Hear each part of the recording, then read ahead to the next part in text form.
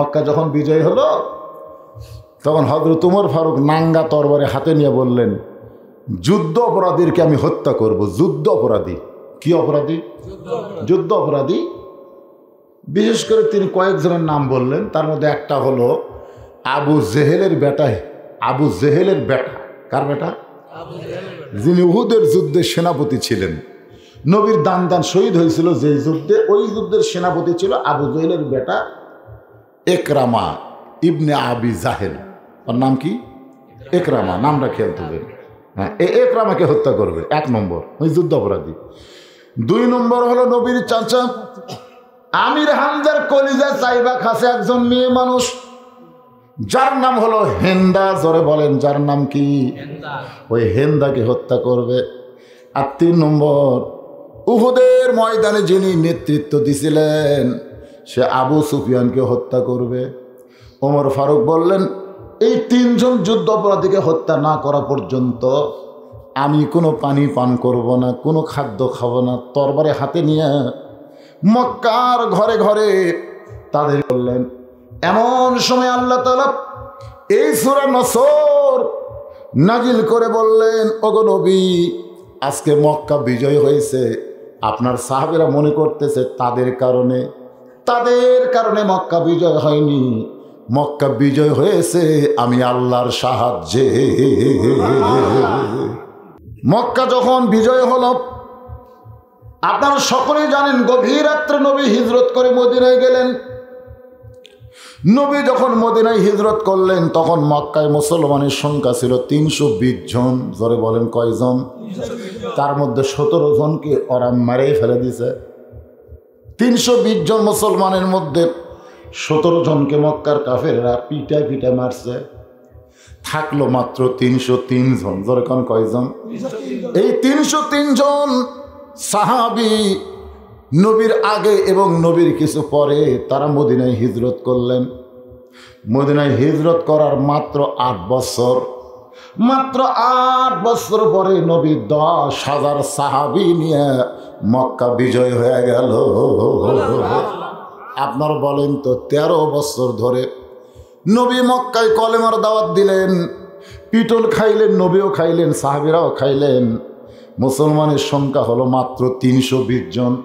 13 বছরে 320 জন। আর হিজরত করে মদিনায় যাওয়ায় মাত্র 8 বছরে মক্কা বিজয় হয়েছে কত হাজার। এখন চিন্তা করেন, 13 বছরে 320 আর 8 বছরে 10,000। কারণ কি? কারণ আছে না নাই? আছে কারণ। হ্যাঁ, ইজা জাআ নাসরুল্লাহি ওয়াল ফাত وَرَأَيْتَ النَّاسَ يَدْخُلُونَ فِي دِينِ اللَّهِ أَفْوَاجًا فَسَبِّحْ بِحَمْدِ رَبِّكَ وَاسْتَغْفِرْهُ إِنَّهُ كَانَ تَوَّابًا। এটা কিন্তু স্বাধীনতা দিবসের সুরে। মক্কা যখন বিজয় হলো, শোনেন খেয়াল করে, স্বাধীনতা দিবস কাক হয়? ঢোলক বাজাবেন না কি বাজাবেন? আল্লাহ কোরআনে কি বলতেছে একটু আমাকে জানার দরকার আছে না নাই? আজকে মনে করতেছে যে ভারত আমাকে সহযোগিতা করছে আর সেই কারণে বাংলাদেশ বিজয় হচ্ছে। এ মুসলমানের বাচ্চারা, ভারত আমাকে সহযোগিতা করেনি রে। ভারত কোনোদিন মুসলমানকে সহযোগিতা করার রাষ্ট্র না। যারা 400 বছরের পুরাতন বাবরি মসজিদ ভাঙ্গে সেখানে রাম মন্দির বানায়, মসজিদ হলো মুসলমানের কলিজা। জোরে কোন কথা ঠিক? সেই কলিজায় হাত দিয়া মসজিদ গুঁড়া করে দিয়ে যারা বাবরি মসজিদ বানায়, তারা কোনোদিন আমাদেরকে স্বাধীনতার সময় সাহায্য করে নাই, বরং তারা বাংলাদেশকে ভারতের মার্কেট বানানোর জন্য সহযোগিতা করেছে। মার্কেট বানায়নি। আজকে আমাদের বউগুলা কার দখলে গেছে? একটা বউ আপনার দখলে নেই। সব স্টার জলসার জি বাংলার দখলে গেছে। ভারত জানে যে মরদক সাইজ করবার গেলে আগে মেয়াগুলাক দখল করা লাগে। জোরে কোন কথা ঠিক কিনা? আপনি এটিএন বাংলার খবর দেখবেন, ওই সময় স্টার জলসার নাটক হবে। বউ বলতেছে বাদ দেন, ওটা দেন।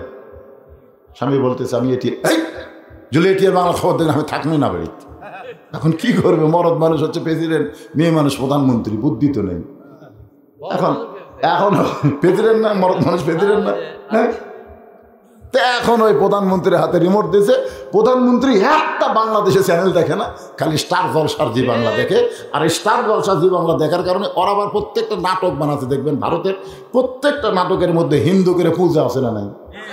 এমনভাবে ওরা নাটক বানাচ্ছে, বুঝলেন, পূজা থাকবে। এখন আমার বউ আপনার বই নাটক দেখবার দেয়, হিন্দু করে পূজার বাধ্য। মুসলমানের ঘরে, যে ঘরে কোরআন পড়া হবে, যে ঘরে দরুদ পড়া হবে, যে ঘরে আল্লাহর জিকির হবে, সেই ঘরে লুলু করে পূজার বাদ্য বাজতেছে। যুদ্ধের সময় ৭১ সালে ওরা জানে যে একবারে কাম করে যাবে না, আস্তে আস্তে খাইসিয়া বানালে, খাইসিয়া বোঝেন, খাইসিয়া যে আইডিয়া করে বেশি লাফালাফি করে ওর ছুড়িয়া বিসি বার করে দেয়, বিসি বার করতেছে রে। ওগুলা বলবার গেলে আপনারা বলবেন ই রাজাকারের বাচ্চা, দরকার নাই, একটু ইশারা দিলাম আর কি, পরে বুঝবেন যে হুজুর ঠিক করছে না ভুল করছে।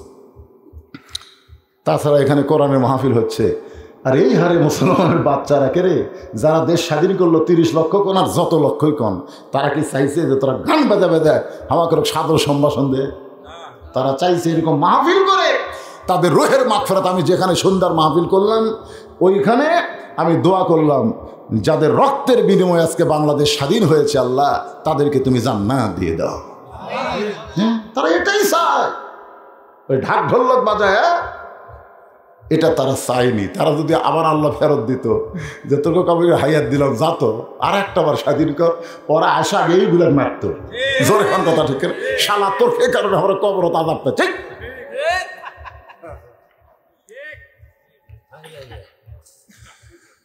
আল্লাহর বান্দার একটু মনোযোগ দিয়ে শুনবেন। আল্লাহর নবী বললেন, সাহাবীরা রে, মক্কা বিজয় হয়েছে বলে তোমরা বিজয় দিবস পালন করো না, বরং আল্লাহ ঘোষণা করলেন ফাসাব্বিহ বিহামদি রাব্বিকা ওয়াস্তাগফির। আল্লাহ যে এত বড় বিজয় দিল, শোনেন, এই আমাকে পাকিস্তানের সাথে আমরা লড়ে পারবো? আমাকে সে অস্ত্র আছে? এই বিজয় কিন্তু আল্লাহ দিছে। ধরে কোন কথা ঠিক কিনা? আল্লাহ যে বিজয় দিল, মক্কা বিজয়, বাংলাদেশ বিজয় দিল, এই বিজয়ে তোমরা আনন্দ করো না, বিজয় দিবস পালন করো না, বরং তোমরা কি করো? তোমরা আল্লাহর তসবিহ, আল্লাহর জিকির করো, তোমরা শুকরিয়া তার নামাজ পড়ো, তোমরা বেশি বেশি ইস্তেগফার পাঠ করো। এ কথা কার? সমস্ত সাহাবীরা থমকে গেলেন। ওমর ফারুক বললেন, ইয়া রাসূলুল্লাহ, গভীর রাত্রে মক্কা ছেড়ে মদিনায় হিজরত করলেন, আজকে সেই মক্কা আমাদের দখল হয়ে গেল, আমরা কি একটু আনন্দ করব না? আমরা কি একটু আনন্দ করব না হুজুর? ইসলাম কি আনন্দ পছন্দ করে না? আল্লাহ রাসূল দেখলেন ওমর যেভাবে আনন্দ করার মন মানসিকতা, মক্কা বিজয়ের পরে ঢাক ঢোলক বাজাবে না, একটু মিছিল টিছিল করবে। নবী বুঝতে পারলেন, যার কারণে নবী দেখলেন এই মুহূর্তে সমস্ত মুসলমানকে সাইজ করতে গেলে একটা জায়গা লাগবে, সে জায়গার নাম হলো জান্নাতুল মাওয়া। জোরে কোন সুবহানাল্লাহ।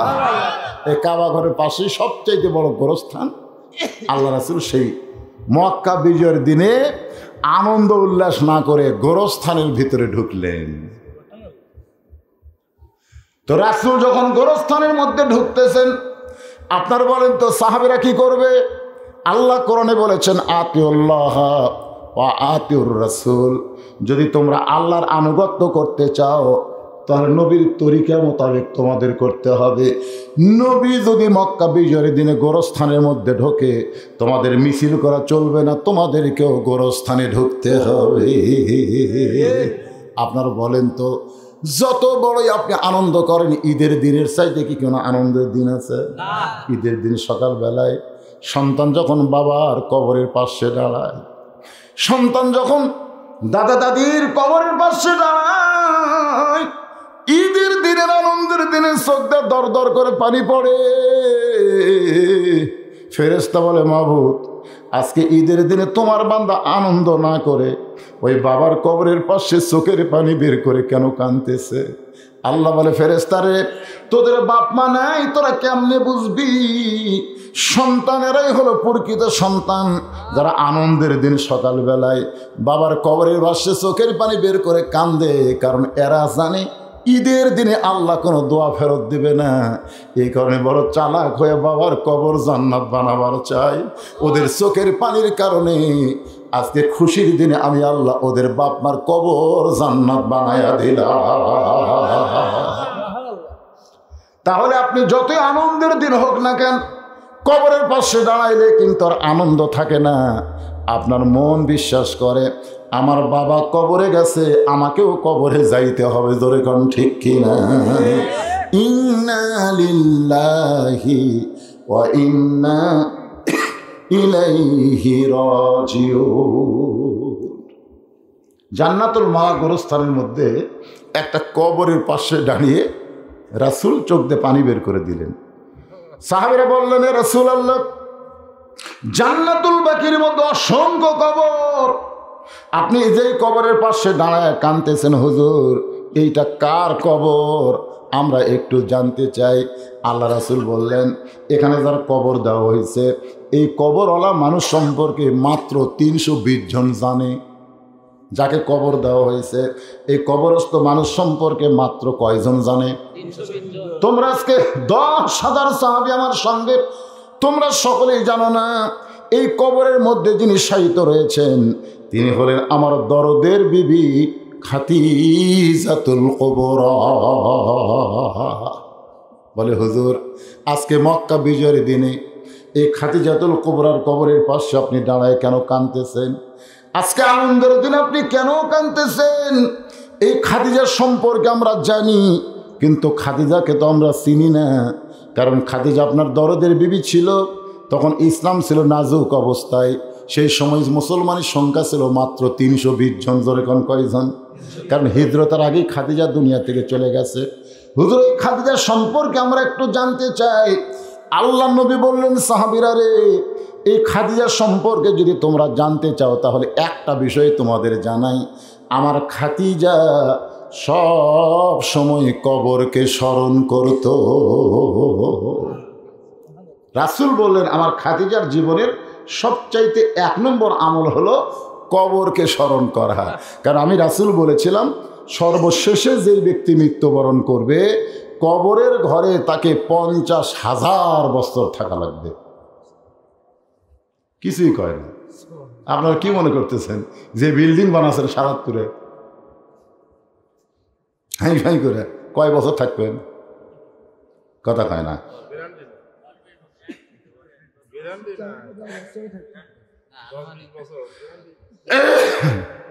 যেভাবে বানাচ্ছেন মনে হচ্ছে আপনি যাবেন না, সেরকম ভাব। আমি তো হুজুর মানুষ, কিছু করতে পারি না। যারা আমাকে দাওয়াত দেয় তারা জানে আমি করছি মসজিদ, মাদ্রাসা, ইতিমখানা, এগুলো আমি করছি। আমার শহরে কোনো বাসা নেই, বাড়ি নেই।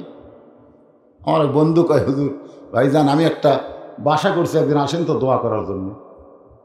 আমি গেলাম, যাই দেখি ওর গেট দেখে আমি আশ্চর্য, মানে ভিতরে ঢুকিনি, গেলে গেট সেই মার্ভেলাস গেট। আমি কইলাম, কে রে ভাই, এই গেটওয়ালা বাড়ি তোমার? মুসকি মুসকি হাসে। মানে হাসো কেন? আপনি হুজুর মানুষ তো, আপনার আক্কেল কম। এই কোটি কোটি টাকা দিয়ে খরচ করে করছি, তারপরে এটা বাড়ি? তা আমি কইলাম, এটা কি? এটা হলো বাসা হুজুর। আপনি বাড়ি কোনকার? এটা হলো বাসা।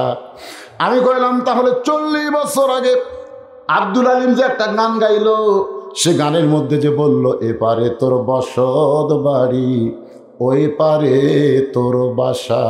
সবাই আব্দুল আলিমের গান গালে কোনো গুনাহ হবে না। প্রত্যেকটা গান হলো কোরআনের গান। জোরে গান সুবহানাল্লাহ। এপারে তোর বসত বাড়ি, ওই পারে তোর বাসা, ভবদরিয়ায় পাড়ি দিতে, ভবদরিয়ায় পাড়ি দিতে কেমনে করলি আশারে, এ পাহাড়ে তোর বসত বাড়ি, ওই পারে তোর বাসা। যারা প্রকৃত মুসলমান হবে, দুনিয়ার বাড়ি হলো তাদের বসত বাড়ি, তাদের বাসা হলো জান্নাত। এটা বাসা? আমি বাড়ি কইছি, তাই আবার মন খারাপ। আমি বললাম, কে রে ভাই, এই বাড়ি কি তোমার নাকি? আপনি কি দলিল পর্চা দেখবেন নাকি? আমি বললাম, দলিল পর্চা দেখবো না, খালি চোখ বন্ধ করে দেখো তো কার। আমারে বলে, হুজুর চোখ বন্ধ করলে তো দেখা যায় না। আমি বললাম, দেখা যায়।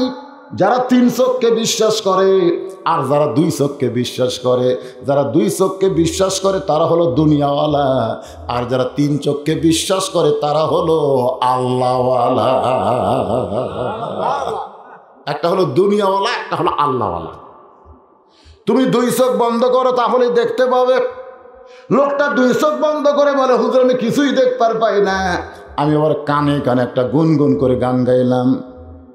আমি গুনগুন করে গান গাইলাম, মিশে মায়াই বন্দি থাইকা, মিশে মায়াই বন্দি থাইকা, করলাম কত খেলা,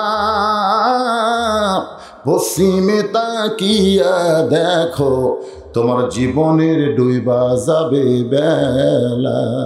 এই দুনিয়ার বাড়ি ঘর একদিন হয়ে যাবে পর, যাইতে হবে অন্ধকার কবর। আর কানের কাছে বলতেছি, এ দুনিয়ার বাড়ি ঘর একদিন হয়ে যাবে পর, যাইতে হবে অন্ধকার কবর। আমি দেখি আর চোখের পাতা ভিজা, বুঝলেন, পানি বার হচ্ছে। আমি কেন, কে রে ভাই কি দেখছিস? না হুজুর, এই বাড়ি আমার না। তাহলে তোমার বাড়ি কোথায়? বলে, কবর আমার বাড়ি, কিন্তু যেদিন ডাক পহরিবে কবর মাঝে যাইতে, জোগাড় কিছু করছো বন্ধু তার মাঝে বিষাইতে। তাহলে কবরের বাড়িতে যাওয়ার আগে ওই কবরের পাথেও জোগাড় করার দরকার আমাদের নাই, আছে না নাই? একটু মনোযোগ দিয়ে শুনবেন। আজকের আয়াতটা হলো, ইজা আসাবাতুহুম মুসিবাতুন ক্বালু, সকলে পড়েন, ইন্না লিল্লাহি ওয়া ইন্না ইলাইহি রাজিউন। সব সাহাবীরা বললেন, কারণ খাদিজা সম্পর্কে জানে মাত্র কয়শো জন? আজকে মক্কা বিজয়ের দিনে 10,000 সাহাবী বললেন। ওই খাদিজার সম্পর্কে বলেন, হুজুর আল্লাহ নবী বললেন, গভীর রাত্রে খাদিজাতুল কুবরা আমি নবীর হাতটা ধরে কাঁদতেছে, এভাবে ডান হাতটা বুকের মধ্যে নিয়ে কাঁদতেছে। রাসূল বলে, খাদিজা কান্দো কেন? বলে, হুজুর এখনই যদি আমার মৃত্যু হয়, এখনই যদি আমার মৃত্যু হয়, তাহলে এমন একটা কবরে আমাকে যাইতে হবে যেই কবরে কোনো আলো নাই, যেই কবরে কোনো বাতি নাই, যেই কবরে কোনো বালিশ নাই, যেই কবরে কোনো জানলা নাই, যেই কবরে কোনো দরজা নাই, যেই কবরে আমার সঙ্গে কেউ থাকবে না। সেই অন্ধকার কবরে 50,000 বছর আমি কেমনে থাকবো, এই চিন্তায় আমার চোখে ঘুম ধরতেছে না। সঙ্গে সঙ্গে নবী খাদিজার কবলে একটা চুমা দিয়ে বললেন, খাদিজা ওই আল্লাহর শপথ করে বলতেছি, ঈমান গ্রহণ করার পরে আপনি আল্লাহর সঙ্গে যে সম্পর্ক গড়ে তুলেছেন, আল্লাহ আপনার কবরকে জান্নাত বানায়া দিবে। ঈমান গ্রহণ করার পরে কার সঙ্গে সম্পর্ক? জোরে বলেন, কার সঙ্গে? ঈমান গ্রহণ করার পরে আল্লাহর সঙ্গে সম্পর্ক করতে গেলে 1 নম্বর যে ইবাদত লাগবে তার নাম কি? সবাই বলেন, সবাই সবাই। এই ছেলেরা, এই মাগরিব পড়েনি, এসব পড়েনি, ফজরও পড়বি না, রাত 3:30 পর্যন্ত খেলা দেখে আর ঘুম আসে। আর সালাতো খায়রুন নাম শোনার পরে এরকম যা বিরক্ত লাগে, বুঝলেন, একেবারে ওরে তামানে কম্বল দিয়ে শুয়ে পড়ছে। ফজর নামাজ সময় দেওয়ার সময় বাপ চিন্তা করে, কে রে আমার বেটা তো 3:30 পর্যন্ত খেলা দেখলো, ফজর নামাজটা পড়বি না, এত রাত পর্যন্ত খেলা দেখলো। জানলা দিয়ে তাকায় দেখে আর মাথাও নাই পাও নেই, মনে হচ্ছে ল্যাপের মধ্যে চাউল ঢাকা থছে, চাউলের বস্তা ঢাকা থছে। বাপ আস্তে আস্তে যায় কম্বলের এক মুড়ে ধরে মারছে, টান টান মেরা দেখে কম্বলের ভিতরে ওর সাইজ আর সকালবেলা সাইড টিপে কুত্তের সাইজ, একই সাইজ। কি যুবক, বুড়া বয়সে নামাজ ধরবে? নামাজ হলো সরকারি চাকরি, জানেন? সরকারি চাকরি কিন্তু সব বয়সে পাওয়া যায় না। পাওয়া যাবে? সব বয়সে যেমন সরকারি চাকরি পাওয়া যায় না, নামাজও তেমন সব বয়সে হয় না। রুকু সেজদা করবার গেলে মর্দামি লাগবে, লাগবে কি লাগবে না? ঠিক মতো রুকু সেজদা করবার গেলে শরীরত বল লাগবে। যখন যৌবন শক্তি ছিল তখন নামাজ ধরেনি, বুড়া বয়সে সিয়াল্লিয়া মসজিদ গেছে, একটা সিয়াল্লিয়া যে সামনে কাতারত আছে। আল্লাহর কি কাম, ওই শালা বেয়ানামাজিক বানাছে, মসজিদ কমিটি আবার সভাপতি, এখন কি পতি সব 5 ওয়াক্ত পড়ে না, হঠাৎ গেলে সিয়ারত বসে পড়ে। আপনি জানেন যখন মুয়াজ্জিন বলে কদ কামাতি সালা, কদ কামাতি সালা, তার মানে কি? কদ কামাতি সালা মানে কি? কদ মানে অবশ্যই, কামা মানে দাঁড়াও, সালাত নামাজের জন্য দাঁড়াও। আকামত দিচ্ছে, ওই হেলান দিয়ে বসে আছে। ফেরেশতাকে আল্লাহ তুমি বলেছ কুমুলিল্লাহি কানিতিন, দাঁড়াও, আনুগত্য নিয়ে দাঁড়াও, রাজাদের হাত বাদশার সামনে তুমি নামাজে দাঁড়াচ্ছ, আর তুমি এরকম হেলান দিয়ে বসে আছো। যৌবন বয়সে বেটা নামাজ ধরনি, বুড়া বয়সে সিয়াল লেগেছে। সরকারি চাকরি যতই ডিগ্রি থাক, বুড়া বয়সে যদি সার্টিফিকেট জমা দেয়, বলবে কে বাবা বয়স কত? কয় 60 বছর। চোখের খবর কি? কয় কাছে দেখি, দূরে দেখতে পাই না। হাতের খবর কি? কয় কলম ধরলে হাত কাঁপে। মাজার খবর কি? কয় টন টন করে। সার্টিফিকেট পানি ফেলে দে। এই জন্যে ইসলামে বলা হয়েছে 7 বছর থেকে নামাজের তালিম দাও, 10 বছর থেকে জোর করে নামাজ ধরাও, না পড়লে মেরিয়া পিঠে নামাজ ধরাও। জোরে কোন কথা ঠিক কিনা? নামাজ আল্লাহর সঙ্গে সম্পর্ক করতে গেলে 1 নম্বর যেটা লাগবে সেটা হলো নামাজ। যার নামাজ নাই, আল্লাহর সাথে তার কোনো সম্পর্ক নাই। আল্লাহ রাসূল বলেন, খাদিজা ঈমান গ্রহণ করার পরে আপনি আল্লাহর সঙ্গে যে সম্পর্ক গড়ে তুলেছেন, আল্লাহ আপনার কবরকে জান্নাত বানায়া দিবে। 1 নম্বর যে নামাজ, সেই নামাজটা হলো ফজরের নামাজ। জোরে বলেন কি নামাজ? লাইলাতুল মেরাজে, লাইলাতুল মেরাজে আল্লাহ যখন ফজরের 2 রাকাত ফরজ নবীকে দিচ্ছেন, নবী বলতেছেন, আল্লাহ আমার উম্মতেরা আরামের ঘুমকে মাটি করে দিয়ে ফজরের 2 রাকাত ফরজ নামাজ মসজিদ জামাতের সঙ্গে আদায় করবে, আপনি কতটুকু খুশি হবেন এইটুকু আমার একটু বলেন।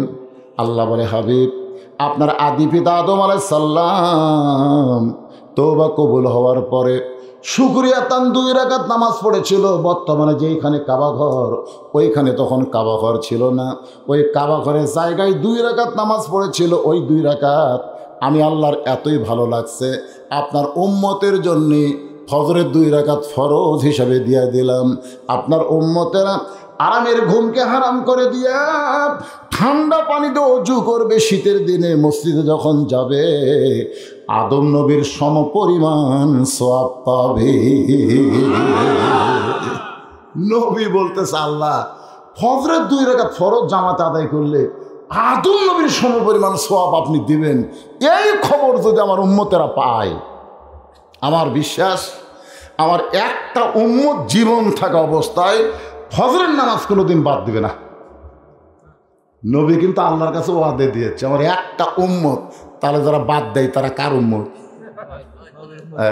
এটা মারাত্মক কথা আছে।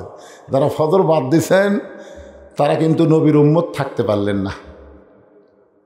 আজকে নিয়ত করেন, যে কয়েকজন মানুষ আমরা আছি, কারা কারা ফজরের নামাজ জামাতে পড়ব, কারা কারা জীবন থাকতে ফজরের নামাজ বাদ দেব না। এখানে ফেরেশতা আছে না নাই? একটা আল্লাহকে হাত তুলে দেখাই তো ইমানের বলে দেখি। এই ছেলেরা, এই তোলো, হাত তোলো। কে তুললো না রে? দেখেন তো কে তুললো না। টান করে তোলা যায় না। লিল্লাহু আকবার, হাত নামান। আজকের ওয়াজ হচ্ছে মুসল্লি কালেকশন। কি কালেকশন?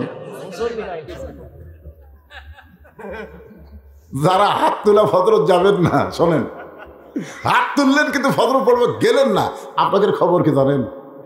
আল্লাহ কোরআনে বলেছে, লিমা তাকুলু মালা তাফালুন। মুখ দিয়ে কয়, হাত তোলা ওয়াদা করে, আমল করে না, ওই থাকবে জাহান্নামের সবচাইতে নিচে। হিন্দু, বৌদ্ধ, খ্রিস্টান, কাফের এরা থাকবে জাহান্নামের উপরে। ওরা যে পেশাব পায়খানা করবে, নিচে যারা থাকবে ওরা আবার সেটা চাটিয়ে চাটিয়ে খাবি। চিন্তা করছেন? এখন মাগরিব এশা কারা কারা পড়েন নাই এটা আমি বলতে চাই না, তারা পড়েনি ঠিক আছে, কিন্তু ফজর থেকে যখন পড়বেন, যখন এই যে ঠান্ডা পানিতে উজু করে মসজিদে যাবেন, ফেরেশতা বলবে আল্লাহ দেখো তোমার বান্দা মাগরিব পড়েনি, এশা পড়েনি, কিন্তু ওয়াজ শোনার পরে ফজর পড়ার জন্য মসজিদে যাচ্ছে।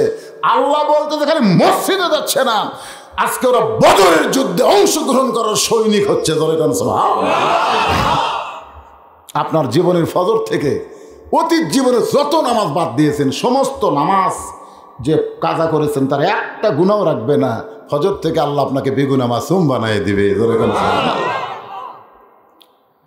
জোহরের 4 রাকাত ফরজ নামাজ আল্লাহ যখন নবীর হাতে তুলে দিচ্ছেন লাইলাতুল মিরাজে, নবী বলতেছেন আল্লাহ এই জোহরের 4 রাকাত ফরজ নামাজ যখন আমার উম্মতেরা জামাতের সঙ্গে আদায় করবে, আপনি আল্লাহ আমার উম্মতের প্রতি কেমন খুশি হবেন?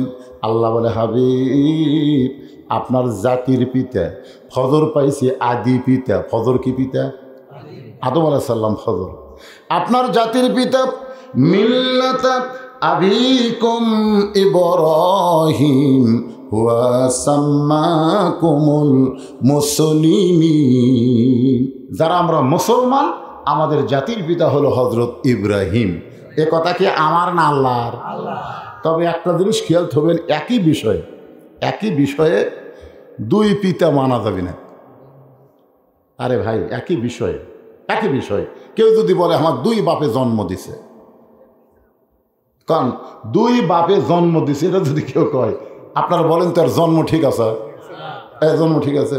কেউ যদি বলে আমার জাতির পিতা 2টা, তাহলে বুঝবেন ওর ইসলাম জাতি ঠিক নেই। ইসলাম জাতি ঠিক নেই, ভেজাল জাতি। ধরে করেন কি জাতি? কেউ যদি বলে যে আমার আদি পিতা 2টা, আদি পিতা 2টা না 1টা, তাহলে একই বিষয়ে পিতা কয়টা মানা লাগবে? আমরা যারা মুসলমান, আল্লাহ ডাইরেক্ট কোরআন দিয়ে বলে দিয়েছে, এটি কোনো গোঁজামিল না। আপনারা কিন্তু বলেছেন কোরআনে কোনো সন্দেহ, কোরআনে কোনো গোঁজামি, কোরআনে কোনো ধোকা নাই করছেন, তো জাতির পিতার ব্যাপারে করতেছেন। এই জগতে আসার আগে আমরা আর একটা জগতে ছিলাম, বিশ্বাস করেন? কিন্তু জানেন না। জানেন? কেউ জানি আমরা? না না না, এই জগতে আসার আগে আর একটা জগতে ছিলাম, যে জগৎকে বলা হয় রুহের জগৎ। সেই জগতে আমাদের রুহু ছিল কিন্তু দেহ ছিল না। যেরকম কি ছিল না? দেহ ছিল না, রুহু ছিল। সেই রুহের জগতে আল্লাহ আমাদেরকে পছন্দ করেছেন। সুবহানাল্লাহ। এই পছন্দ করার কারণে আল্লাহ আমাদেরকে মুসলমানের ঘরে, কার ঘরে? হ্যাঁ, খুব খেয়াল করবেন। আল্লাহ কোরআনে বলেন ওয়ামাইয়াবতাগি গায়রাল ইসলাম দীনান ফালাই ইউকবালা মিনহু। এ কথার দ্বারা আল্লাহ কিন্তু নিরপেক্ষ বোঝা গেল না। আমরা অনেক সময় বলি না ভাই আমি নিরপেক্ষ, এ কথা কিন্তু মিথ্যা কথা। নিরপেক্ষ বলে কেউ নেই। আপনারা বলেন তো, বর্তমানে বাংলাদেশে যতগুলো বিচারক বিচারের আসনে বসে আছে, ওনারা কে নিরপেক্ষ? না, কেউ নিরপেক্ষ নেই। কারো না কারো পক্ষ, জোরে কোন ঠিক কিনা? আমার আল্লাহ কিন্তু নিরপেক্ষ নয়। এই আয়াত দিয়ে বোঝা গেল আল্লাহ বলতেছেন ইসলাম ছাড়া অন্য কোনো ধর্ম কেউ যদি গ্রহণ করো, লা ইউকবালা মিনহু, আমি আল্লাহ সেইটা কবুল করব না। এ কথার দ্বারা আল্লাহ বুঝাইলেন আল্লাহ শুধুমাত্র ইসলামের পক্ষে, অন্য কোনো ধর্মের পক্ষে আল্লাহ নয়। দরকার ঠিক কিনা? আল্লাহ বলেছেন ইন্নাদ দীনা ইনদাল্লাহিল ইসলাম। এই আয়াত 2টার মাধ্যমে আমরা বুঝতে পারলাম যে আল্লাহ আমাদের পক্ষে না বিপক্ষে? মাশাআল্লাহ। আল্লাহ যদি আমাদের পক্ষে থাকে, আমাদের আর কোন টেনশন আছে? মুসলমানের ঘরে মুসলমান হিসেবে জন্ম নিয়ে আজকে এই জান্নাতের বাগানে আল্লাহ আমাদেরকে কবুল করেছেন। এই জন্য আমরা প্রশংসা করব কার? মনের ঘরে তালা দিয়া সাবিনিয়া আসেন সাই, আমি অধম সদ্য কি তার হুকুম ছাড়া বাইরে যাই, হুকুম ছাড়া বাইরে যাই। আমার দুই কান্দে দুই মোহরি, লিখিতেছেন ডায়েরি। আমি যতই কাজ করি, সকালবেলা যদি বলি কেউ দেখেনি, কেউ দেখেনি, আপনার বলেন এ কথা কি সত্য না মিথ্যা? এই দুই কান্দের দুই ফেরেশতা বলবে আল্লাহ এই যে বলতেছে কেউ দেখেনি, তে আমরা কি ঘুম পাচ্ছি? আমরা সিসি ক্যামেরা দেখলে ভয় করি, যে সিসি ক্যামেরা আছে রে, এই জায়গায় কিছু করা যাবে না, ক্যামেরাতে সব ধরা পড়বে। তোমার দুই কান্দে দুই মোহরি, লিখিতেছেন ডায়েরি। দলিল দেখে রায় দিবে, টাকা পয়সার নাই কারবার। সবাই বলেন আছেন আমার মুক্তার, আছেন আমার বারিস্টার। শেষ বিচারের হাইকোর্টেতে আল্লাহ যখন হাকিম হবেন, আমাদেরকে আসামি বানায় বিচার শুরু করবেন। ওই সময় আমাদের নবী আমাদের উকিল হবে, বারিস্টার হবে, আমাদেরকে জামিন করে জান্নাতে পৌঁছায়া দিবে। কি ভাগ্য আমাদের! আমরা এমন একজন নবী পাইছি, যে নবী আল্লাহর সামনে আমাদের ব্যাপারে ওকালতি করবেন। কোন নবীর ক্ষমতা আছে? কোন নবীর ক্ষমতা নাই কোন নবীর উম্মতের ব্যাপারে আল্লাহর কাছে ওকালতি করার। কেবলমাত্র আমাদের নবী আমাদের ব্যাপারে ওকালতি করে। শুধু শুধু ওকালতি করবেন, একবার জামিন করে জান্নাতে নিয়ে যাবে। রাসূল বলেছেন আমার একজন উম্মত বাইরে থাকা অবস্থায় আমি রাসূল ভিতরে ঢুকবো না। কি মনে করছেন কার বাইরে? আমার একজন উম্মত জান্নাতের বাহিরে থাকা অবস্থায় আমি রাসূল জান্নাতে ঢুকবো না, এমন কথা বলার একমাত্র নবী হলেন আমাদের নবী। জোরে খান সুবহানাল্লাহ। তো এমন একজন নবীর উম্মত হওয়াতে আপনারা খুশি না বেজার? এই জন্য আমরা প্রশংসা করবো কার? মাশাআল্লাহ। এখন যে কোরআন থেকে আপনাদের সামনে আলোচনা হবে, এই কোরআন সম্পর্কে আমাদের সাধারণ একটা ধারণা থাকা দরকার। সেই ধারণা হলো এই কোরআনে কোনো সন্দেহ। সবাই কিন্তু করলেন না। এবার ভাই মাফলাতে মুখ বানছেন কেন? আপনার মুখটা দেখি তো দেখি, কি অসুবিধা আছে? আচ্ছা ঠিক আছে। কারণ বক্তার চেহারা যেমন আপনারা দেখতে পারছেন, শ্রোতারও চেহারা কিন্তু বক্তা দেখতে পারছেন, কিন্তু মাঝখানে করোনা হওয়ার কারণে আমরা মুখ দেখতে পারিনি। একের মুখ মাস্ক দিয়ে ঢাকায় রাখছে। যেরকম ঠিক না?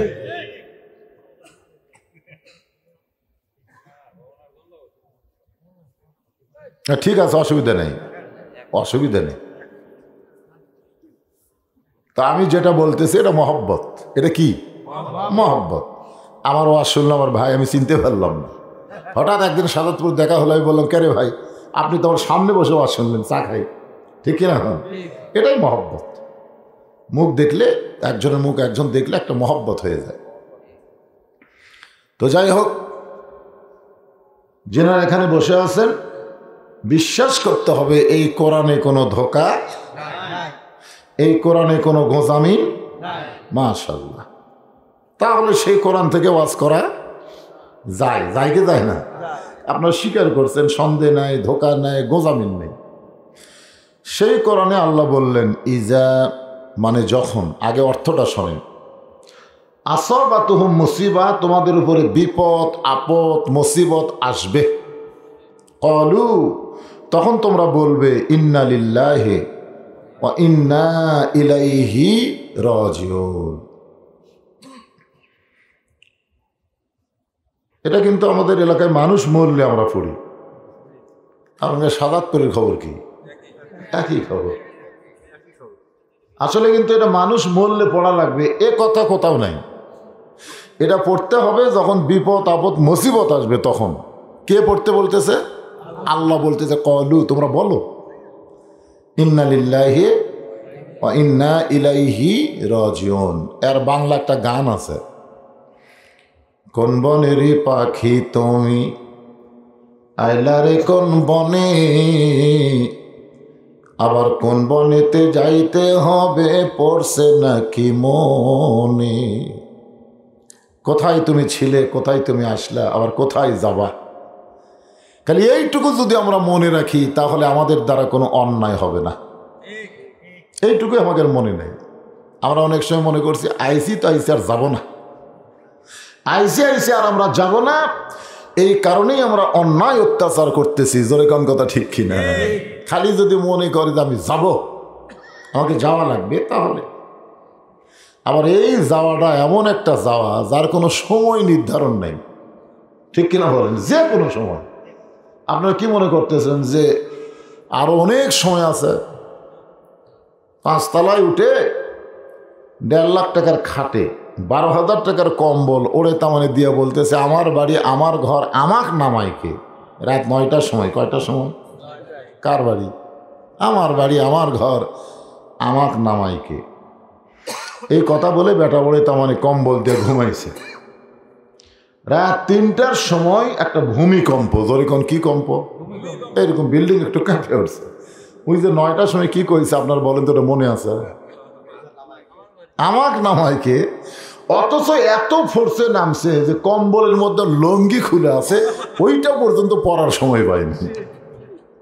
ফেরেশতা বলতেছে আল্লাহ এটা তুমি কি করলে?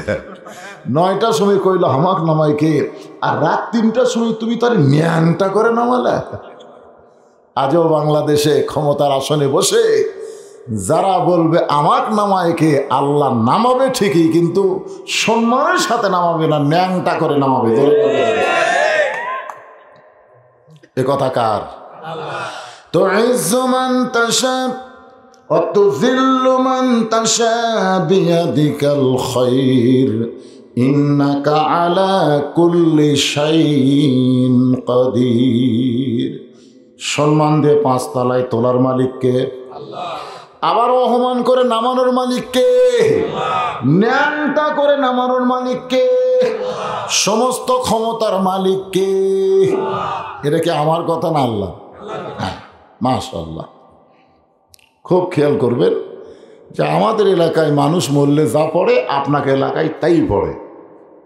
আসলে এটা মানুষ মরলে পড়ার কথা না। কারণ যারা প্রকৃত মুসলমান হয়ে মরবে তারা কিন্তু মরার সাথে সাথেই তাদের দেহ যাবে কবরে, ভিতরের পাখিটার কোনো কবর হবে না। এই পাখিটা ইল্লিন নামক জান্নাতের বাগানে চলে যাবে। এখন আপনারা বলেন মরাটা আমাদের জন্য ভালো না খারাপ? মরা কিন্তু ভালো। তো তাহলে ভালো সময় মানুষ বিপদের আয়াত পড়ে কেন? আমি তো বুঝি না যে মুসলমান মরলে হিন্দু মিন্দু মরলে না এই কথা বলবে, যার জন্য এখন কঠিন আযাব হবে। জোরে কোন কথা ঠিক কি না? যদি ফুলগুলো হয় অভিমানে ঝরে যায়, আমি মালা গেথে বলো কারে পরাবো, সে যে কেন এলো না কিছু ভালো লাগে না, কবরে আসুক তারে হে আমি মজা দেখাবো। আপনার বলেন তো সকলের জন্য কবরে মজা আছে? মজা নেই। কেবলমাত্র যারা আল্লাহর হুকুম আহকাম পালন করবে না তাদের জন্য কবরে কষ্ট হবে, শাস্তি হবে। আর যারা আল্লাহর হুকুম পালন করবে কবর তাদের জন্য জান্নাতে যাওয়ার একটা দরজা হবে। কি যাওয়ার দরজা? অবশ্য 3টা প্রশ্ন করবে। প্রথম প্রশ্ন হচ্ছে মান রব্বুকা, তোমার রবকে। যখনই মুনকির নাকি রব সম্পর্কে প্রশ্ন করবে তখন আপনার নামাজ, আপনার কি নামাজ দাঁড়িয়ে বলবে এই মুনকির নাকির কাকে রব সম্পর্কে প্রশ্ন করতেছ? মুনকির নাকির বলবে তুমি কেডা, তোমাকে তো দেখা যায় না, তুমি কথা বলো, তুমি খেয়ে বলে আমি যাই হোক, তুই বেটা কাক প্রশ্ন করিস? বলে কবরে যে বেটা শুয়ে আছে তারে। বলে আমি হলাম তার নামাজ। আমার প্রশ্ন হলো যে ব্যক্তিকে তুমি রব সম্পর্কে প্রশ্ন করতেছ ওই ব্যক্তি দৈনিক কয় রাকাত নামাজ পড়ছে আগে তার হিসাব দাও। সুন্নত নফল ফরজ সব মিলে কয় রাকাত? মুনকির নাকির বলবে আমরা তো নামাজ পড়ি না, হিসাবও জানি না। তাহলে 1 বছরে কত রাকাত পড়ছে? আরে দিনেরই কবার পারতে, যেটা বছরের কেমনি কই। সারা জীবন কত রাকাত পড়ছে? মুনকির নাকির বলবে আমরা তো হিসাব জানিস না, প্রশ্ন করিস কেন? তুই জানিস না মুনকির নাকির? আমার এই আল্লাহর বান্দা মসজিদের মধ্যে ঢুকে প্রত্যেকটা রাকাতে নিয়ত করার পরই আলহামদুলিল্লাহি রব্বিল আলামিন বলেছে। যাকে রব সম্পর্কে প্রশ্ন করতেছিস সে আলহামদুলিল্লাহ রব্বিল আলামিন বলে আসামি হয়ে হাত বাঁধছে। রুকুত গিয়ে বলছে সোমবেল আজিম, সোমান রব্বিল আজিম। সেজদায় গিয়ে বলেছে সোমান রব্বিল আলা, সোমান রব্বিল আলা। যে দুনিয়াতে এতবার রব রব রব জিকির করলো, আজকে কবরে এসে তাকে রব সম্পর্কে প্রশ্ন করিস? মুনকির নাকির বলে আল্লাহ তোমার বান্দাকে রব্বুকা প্রশ্ন করার পরে কে বেটা উত্তর দেয়? আল্লাহ কয় যার জীবনে নামাজ আছে তার রবের উত্তর হয়ে গেছে। জোরে খান সুবহানাল্লাহ। এই নামাজটা কোথায় পড়বেন? এই নামাজের জন্যই আপনাদের মসজিদ, আর সেই মসজিদের উন্নয়ন কল্পে আপনাদের মাহফিল। জোরে খান ঠিক কিনা? আমাকে বলে হুজুর একতলায় তো মুসল্লি ধরে না, এখন দোতলা করা লাগবে, একটু টেকা টুকা ধরে আদায় করবেন। কয়তলা করা লাগবে? দোতলা করা লাগবে। তাই বললাম ঠিক আছে, দোতলার জন্য টেকা তুলবো, অসুবিধা নেই। তো ফজরের খবর কি? বলে হুজুর ফজরে তো এক কাতারই হয় না। মসজিদ করবে কয়তলা? আপনারা বলেন তো 5 ওয়াক্ত নামাজের মধ্যে সবচাইতে গুরুত্বপূর্ণ নামাজ কোনটা? জোরে বলতে হবে, নামাজ কোনটা? ফজরের নামাজ। ফজরের নামাজ হলো সবচাইতে গুরুত্বপূর্ণ নামাজ, আর সেই নামাজে এক কাতারই হয় না। জোহরের খবর কি? বলে কোনো মতো এক কাতার হয়। আসরের খবর কি? কই ফজরের মতো হাট বাজার আছে তো আসরে খুব একটা মুসল্লি হয় না, কাজ কামের দিন। মাগরিবের খবর কি? বলে হুজুর যেদিন লোকজন বেশি হয় 1.5 কাতার। এশার খবর কি? কই ফজর এশাও তাই। এখন বলো মসজিদের মধ্যে কয় কাতার আছে? কয় 9 কাতার। তাহলে মসজিদের মধ্যে 9 কাতারের 2 কাতারই হয় না, দোতলা করবা কেন? দোতলা করবা কেন? তখন একজন বলতে যে হুজুর ওই যে জুমার দিনে সবার শেষে আগে যায়, ওই শালাকের জন্য দোতলা করা লাগবে। রাগ করে বলতেছে 5 ওয়াক্ত তো পড়ে না, খালি জুমার নামাজ পড়ে, তা আসে শেষে যায় আগে। ওরা কি শালা? আমাদের বগুড়ার ভাষা হলো শালা। ওই তাই শালা কইছে, কিন্তু আল্লাহ বলতেছে ফাওয়াইলুল লিল মুসাল্লিন আল্লাযীনা হুম আন সালাতিহিম সাহুন আল্লাযীনা হুম ইরাউন ওয়া ইয়ামনাউনাল মাউন। আল্লাহ তাআলা এই যারা জুম্মা নামাজ পড়তেছেন শোনেন, 5 ওয়াক্ত পড়ে না, খালি জুম্মা পড়ে, এরকম মুসল্লি আছে না? আল্লাহ বলে এই জান্নাতে যাও, বলার সঙ্গে সঙ্গে সবাই জান্নাতে দৌড় দিবে। যাই দেখবে বিশাল একটা তালা, জান্নাতের দরজাতে একটা তালা মারা। তো বলবে আল্লাহ আপনি হকরক জান্নাত দিলেন, তো জান্নাতে তালা কেন? তা আল্লাহ বলে চাবি তোমাদের কাছে আছে, খুঁজে দেখো। তখন যারা খালি জুম্মা নামাজ পড়ছে ওরা খুঁজে দেখবে একটা চাবি আছে। ওই চাবি বার করে তালার মধ্যে ঢুকবে ঠিকই, কিন্তু ঘুরবি না, ঢুকবি কিন্তু ঘুরবি না। তখন বলবে আল্লাহ তালার মধ্যে ঢুকলো ঠিকই, ঘোরে না কেন? আল্লাহ বলতেছে দেখো তো 5টা দাগ আছে কিনা।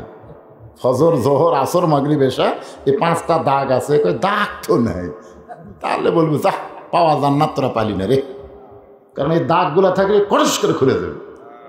এখন খালি জুম্মা পড়ে 5 ওয়াক্ত পড়ে না, এরা কোনোদিন জান্নাতের মধ্যে ঢুকতে পারবে? যখন ঢুকতে পারবে না। রাসূল বলেছেন আসসালাতু মিফতাহুল জান্নাহ, নামাজ হচ্ছে বেহেশতের চাবি। এটা কিন্তু জুম্মার নামাজ না, এটা হলো 5 ওয়াক্ত।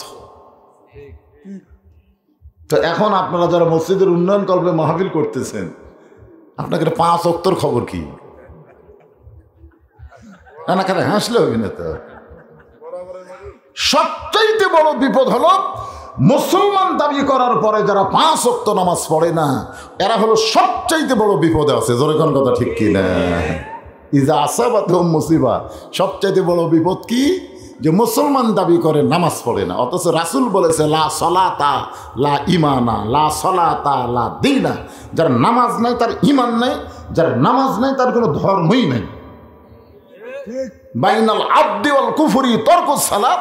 বান্দার কাফেরের মধ্যে পৃথক করার জিনিসটার নামই হলো নামাজ। যারা নামাজ পড়বে তারা হবে বান্দা। ফাদখুলি ফি ইবাদি অদখুলি জান্নাতি। বলার কথা তো। আমি এক জায়গায় বললাম, ভাই মসজিদ কার ঘর? আল্লাহর ঘর। মসজিদ হেফাজত করবে আল্লাহ, মসজিদ হেফাজত করবে আল্লাহ। কিন্তু মুয়াজ্জিন সাহেব এশার নামাজ পড়ে আর তালা দেয়নি, বুঝলেন? তালা দেয়নি, তালা না দিয়ে বাড়িতে গেছে। পরদিন ফজরের আজান দিবার এসে দেখে মাইক নেই। মাইক নেই, কে রে? মসজিদ কার? হেফাজত করবি কে? মাইক গেল কোথায়? সমস্ত মুসল্লি বলে, এই মসজিদ তালা মারছিলি? কই মসজিদ আল্লাহর ঘর, আল্লাহ হেফাজত করবি। আরে পাগলা, আল্লাহ হেফাজত করবে, কিন্তু দায়িত্ব দিছে কার? দায়িত্ব দিছে মানুষকে, মুয়াজ্জিনকে। আজকে আল্লাহর ঘর মসজিদ, ঘর কার? আল্লাহ। বানাই কে? আল্লাহ। আল্লাহ বানাই না, আমরাই বানাই। বানায় আল্লাহ ঘর দিছি, আর সেই ঘরের মধ্যে যে নামাজ হবে এটাই হচ্ছে উন্নয়ন। আমরা মসজিদের বিদেশি টাইস চাই না, মসজিদের ঝকঝকা চেহারা চাই না, আমরা চাই মুসল্লি। জোরে খান কথা ঠিক কিনা? সারা জীবনকাল মসজিদের টাকা কালেকশন হলো, আজকের ওয়াজ হবে মুসল্লি কালেকশন। জোরে খান, কি কালেকশন? মুসল্লি। মুসল্লি যে কয়জনে আছেন কি কি কালেকশন? না ঠিকই আছে, সারা জীবন টেকাতে খালি মসজিদ ছকছকা। আক্কেল ভরে মসজিদে আসর নামাজ পড়বে, গোটা মসজিদই ধুলে, খালি এক জায়গা পরিষ্কার। আমি মুয়াজ্জিনকে বললাম, কে রে ভাই মসজিদ ধুলে কেন? কেউ আজান দিলে আসে না। আমি একলা একামতে নামাজ পড়ি, গামছার দুই বাড়ি মারি, পরিষ্কার করে আল্লাহ আকবার। আমি গেলাম, তাহলে কি মসজিদ ঝাড় দেওয়া না? এত টাইস আলো সুন্দর মসজিদ। কই ওদের নামাজের দিন ঝাড় দিই হুজুর, নামাজের দিন। ওরা খালি জুম্মার দিনকে নামাজের দিন করে। তা আজকে আমরা এখানে সবচাইতে বড় বিপদ, মুসিবত যেটা আসলে আল্লাহ বলেছে, ক্বালু, তোমরা বলবা ইন্না লিল্লাহি ওয়া ইন্না ইলাইহি রাজিউন। সবচাইতে বড় বিপদ হলো মুসলমানের বাসার উপরে খ্রিস্টানদের পতাকা ওড়া। জোরে কোন কথা ঠিক কিনা? সবচাইতে বড় বিপদ হলো মুসলমানদের দোকানের পাশে খ্রিস্টানদের পতাকা উড়ানো। আর্জেন্টিনা, ব্রাজিল, এরা কি মুসলমান না খ্রিস্টান? এদের পতাকা যারা উড়ালো, এটা কি রহমত না বিপদ? আশ্চর্য ধরনের কথা। এখন আসেন, আল্লাহ বলেছে বিপদ আপদ মুসিবত যখন আসবে তখন তোমরা ইন্না লিল্লাহ পড়বে। ইন্না লিল্লাহ মানে কি সেটা তো আমি গানের মধ্যে দিয়ে আপনাকে বলে দিলাম। কিন্তু যেদিন ডাক পড়িবে কবর মাঝে যাইতে, জোগাড় কিছু করছো বন্ধু তার মাঝে বিছাইতে। ডানে কবর বামে কবর, এগুলা গাইলে কি গুনাহ হবে নাকি? বলেন, মানে ওয়াজের এটা হচ্ছে ভূমিকা। ভূমিকা যদি আপনার সাইজ না হন, যে কয়জন লোক তাও যদি আবার ঘুম টুম পাড়েন, অমনস্ক হয়ে যান, তো আমার ওয়াজ আজকে শেষ। এই জন্য আপনাকে আগে সাইজ করা লাগবে, ভূমিকা দিয়ে। তিনটা সাবালে ঘুরিস করে। সবচাইতে বড় বিপদ এই ছেলেরা এত রাত্রে রাস্তার ঘোরা, সবচাইতে বড় বিপদ। এই বয়সে ছেলেরা রাস্তার ঘুরলে রহমত না বিপদ? ওরা কি করবি তা আপনারা জানেন? আমার এক ছোট্ট বাচ্চা আমার এলাকায় এত কান্দে, থামে না। পানি পড়া তেল পড়া দিয়েও ভালো হয় না। ওর মা বলতে হুজুর আর কান্দে না। আমি বললাম কি হলো? বলে আপনাকে পানি পড়া তেল পড়া দেওয়ার কাম হয় না। ওর বাপ একটা মোবাইল কিনে দিছে, যখন এই কান্দে গেম বের করে দেয়, ওর কান্না বন্ধ হয়ে গেলে দেখে।